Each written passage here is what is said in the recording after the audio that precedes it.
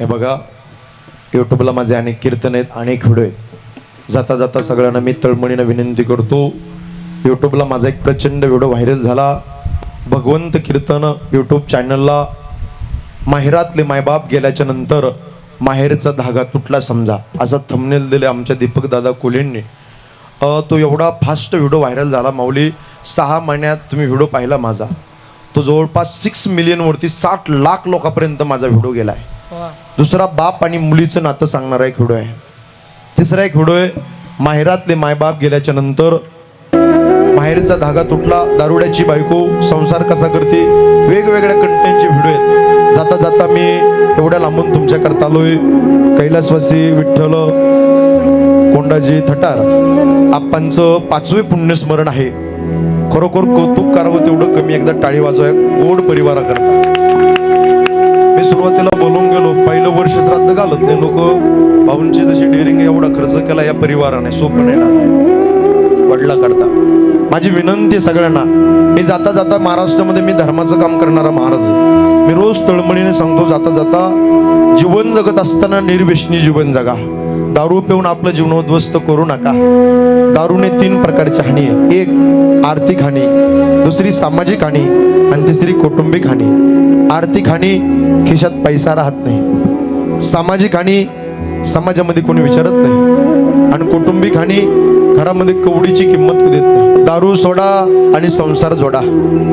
व्यसन करू नका. एवढी भयावह परिस्थिती आहे साहेब. मी जालन्याचा आहे. जालना, बीड, परभणी, नांदेड, छत्रपती संभाजीनगर, मराठवाड्याचा सर्वे केला तर एवढी भयावह परिस्थिती. आज तरुण मुलं व्यसनाच्या आहारी चालले. आपल्या भारत देशाला सगळ्यात जास्त तरुण मुलाला भीती आपल्या देशातल्या व्यसनाची. म्हणून माझी तळमळीनं विनंती, व्यसनाधीन होऊ नका, दारू पिऊ नका, गोवा मावा गुटखा खाऊन जीवन बर्बाद करू नका.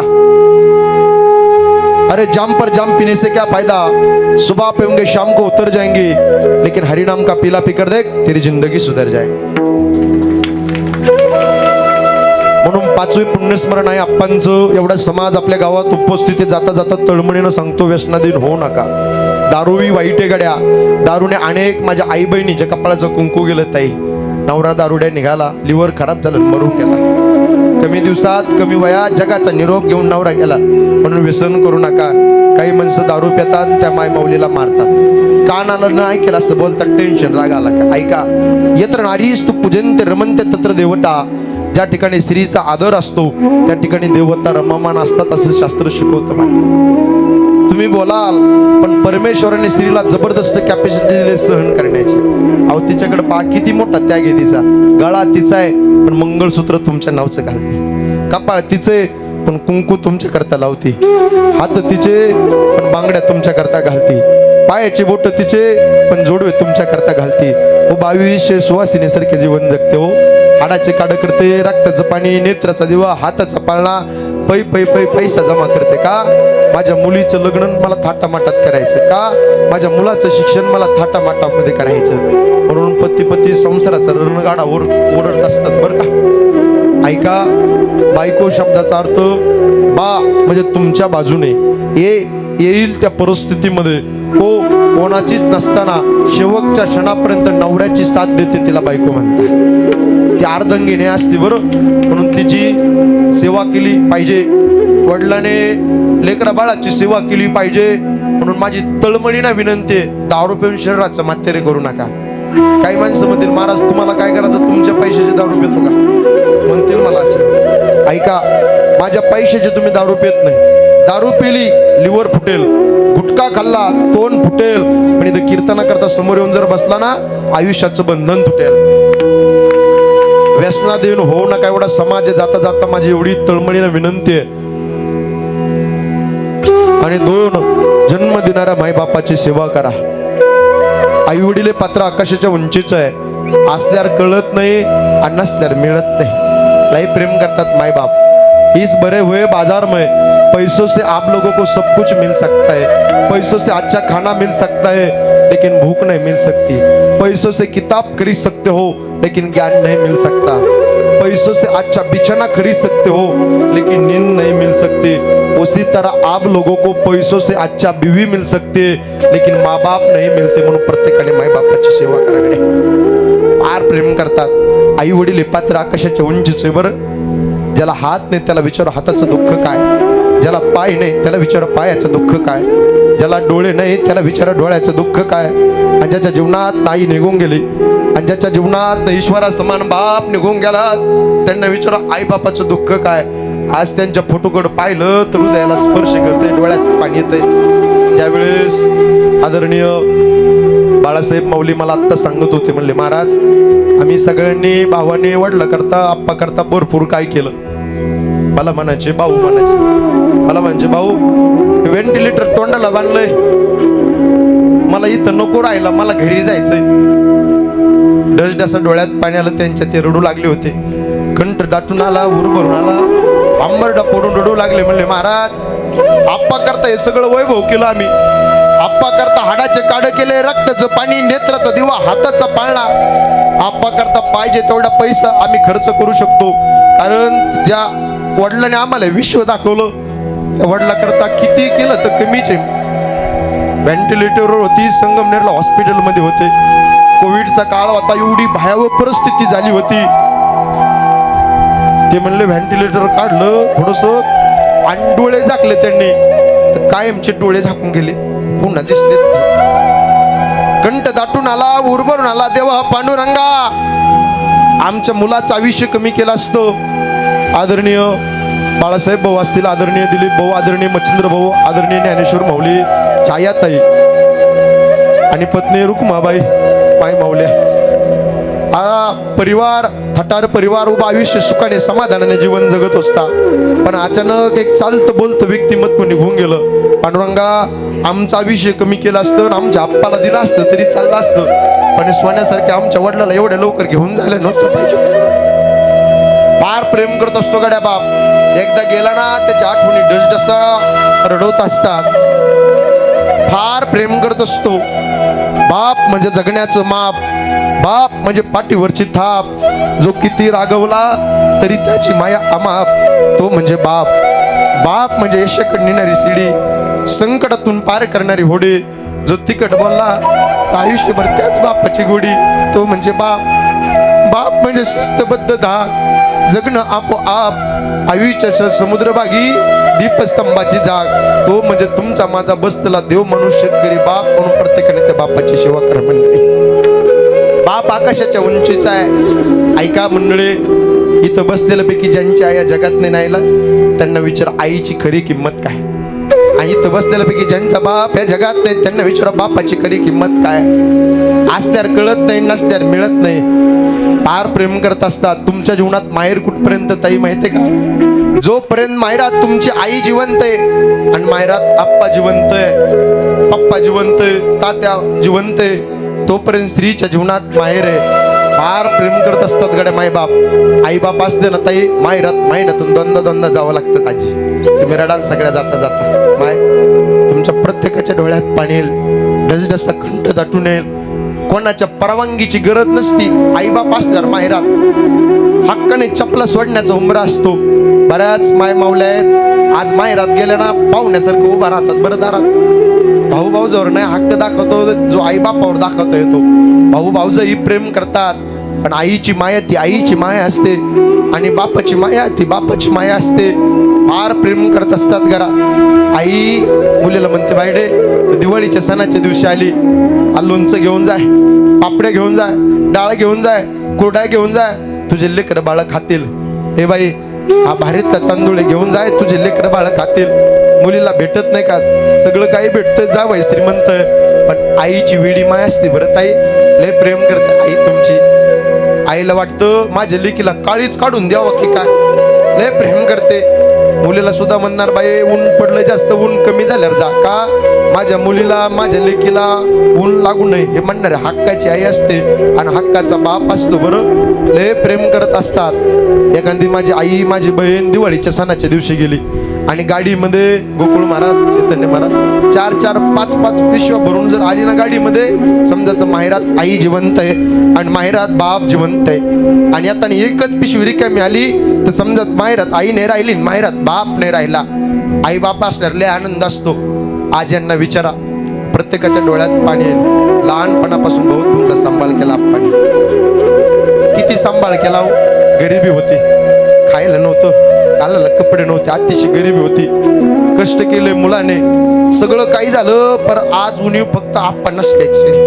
डोळ्यात पाणी येतं. देवा पांडुरंगा, आज तू सगळं काही दिलं रे देवा, पण आज सोन्यासारखा आमचा बाप ह्या जगात राहिला नाही. आज फुटुकड पाहिलं तर टचकन डोळ्यात पाणी येतं, खंड दाटून येतो, ऊर भरून येतो. म्हणून त्या बापाची सेवा करा. बाप नावाची चादर एकदा आयुष्यातून निघून गेली की प्रत्येक सकाळी जबाबदारीची जाणीव करून देते ताई. बापाचा सगळ्यात जास्त जीव मुलात असतो आणि विशेष जीव बापाचा मुलीमध्ये असतो. मुलामध्ये जास्त जीव असतो. का? माझा मुलगा माझ्या खांद्याला खांदा देऊ राहणार. कसं होणार? माझ्या मुलाचं काळजी वाटते. बरं तो हॉस्पिटलमध्ये असला तरी तुमची चिंता करतो बाप, काळजी वाटते. भाऊ बरेच ना, कुशलेस ना, काळजी करत असतो, फार प्रेम करत असतो आणि विशेष जीव बापाचा मुलीमध्ये असतो. माझ्या ताईंनो, माझ्या दिदीनं, तुम्ही रडाल सगळ्या. आठवा जरा बालपण डोळ्याच्या समोर आणत. ताई तुमचा जन्म झाला, बापाला लय आनंद झाला तुमच्या. बाप म्हणला माझी लक्ष्मी जन्माला आली, माझी कन्या जन्माला आली, धनलक्ष्मी जन्माला आली. माझ्या मुलीचा जन्म झाला, माझे दिवस बदलले गेले. गरिबी होती, माझी लक्ष्मी जन्माला आली, सोन्यासारखे दिवस आले. मुलगी चालू लागली, बागडू लागली, खेळू लागली. मुलीने चालता चालता पडावं, बापाने उचलून घ्यावं, 2 पप्प्या घ्यावा. मुलीनं म्हणावं पप्पा मला बोट आणावं, बापाने आणावं. पप्पा मला बॅग आणावं, पप्पा मला भारीचा ड्रेस आणावं. हट्ट पूर्ण केला. मुलगी चालू लागली. एके दिवशी मैत्रिणीला म्हणली, हे बघ हा बंगला माझा आहे, ही गाडी आहे ना, ही गाडी माझी आहे, पप्पा माझे आहेत, आई माझी आहे, ही शेती माझी आहे. बापाच्या डोळ्यात पाणी आलं. पारख्याचं धने 22-25 वर्षापर्यंत राहणारे आणि लोकांच्या घरी जाणारे. जसा गोरा ढोरासारखा बाप शेताच्या बंधावर जाऊन मुली करता रडला. रात्रीच्या अंधारामध्ये उशी तोंडार घेऊन बेडरूम मध्ये गुरा ढोरासारखा बाप रडला. म्हणून असं बापाचं पत्र आकाशाच्या उंचीच असतं. माऊली, कोणताही नवस न करता पावणारा देव म्हणजे तुमचा माझा बाप असतो. नसीब बदलणारा देव म्हणजे तुमचा माझा बाप असतो. बाप असला ना, संघर्ष करण्याची ताकद असते. बाप घराचा पाया आहे. बाप संकटाशी सामना करणारी तलवार आहे. बाप हा घराचा आधार असतो.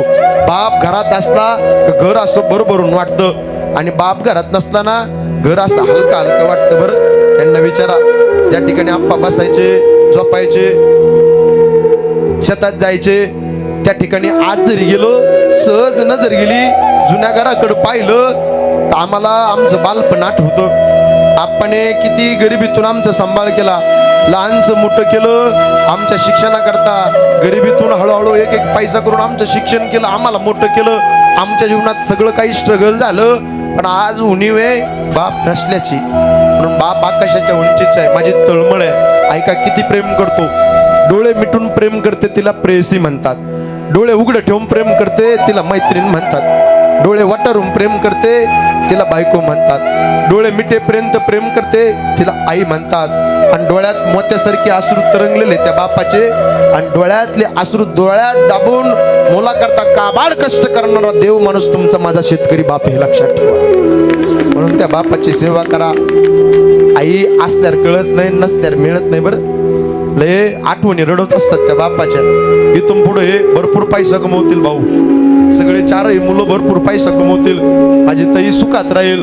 पण आज ज्या वेळेस तुम्ही याल ना माहेरात ताई भाऊ, तुम्ही ज्या वेळेस बंगल्यात जाल ना, कौतुकाची थाप डोकावून फिरवणारा आशीर्वाद देणारा बाप नसला ना, टचकन डोळ्यात पाणी येतं, कंठ दाटून येतो, ऊर भरून येतो. म्हणून बाप फार प्रेम करत असतो. एकदा गेला ना, त्याच्या आठवणी रडत असतात.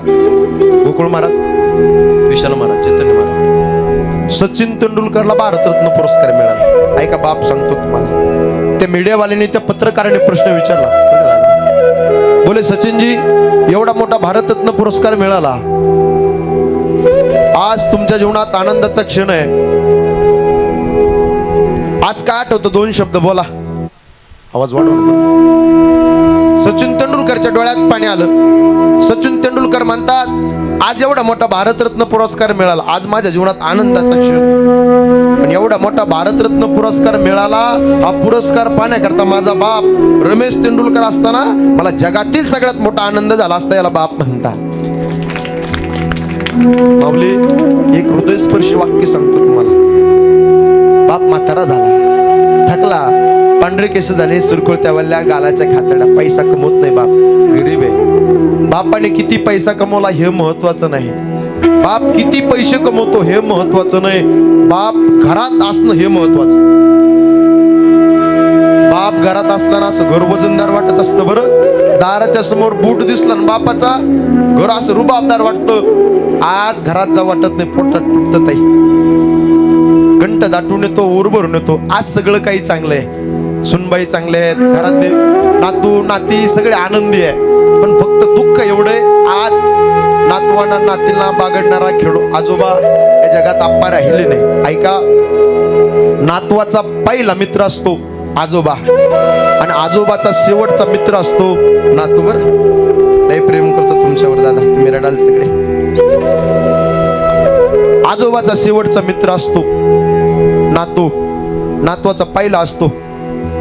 मार्केटमध्ये जातो तो, चॉकलेट आणतो, कॅडबरी आणतो, आणि नातवाला नातीला देतो, खा, आनंदी वाटतो बरं त्याला. कडेवर घेतो, कांद्यावर घेतो, बागडतो, उड्या मारतो, खेळतो.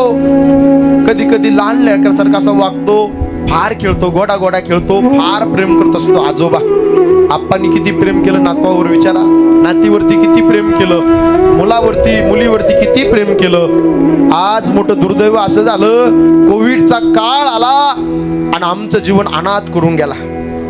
आज एवढं मोठं दुःख आमच्या वरती कोसळल्या गेलंय. म्हणून माझी विनंती, जाता जाता एवढा समाज आपल्या मोगरज गावामध्ये 5व्या पुण्यस्मरणाच्या निमित्ताने उपस्थित आहे. कैलासवासी विठ्ठल कोंडाजी थटार यांच्या प्रथम 5व्या पुण्यस्मरणाच्या निमित्ताने एवढा समाज उपस्थित आहे.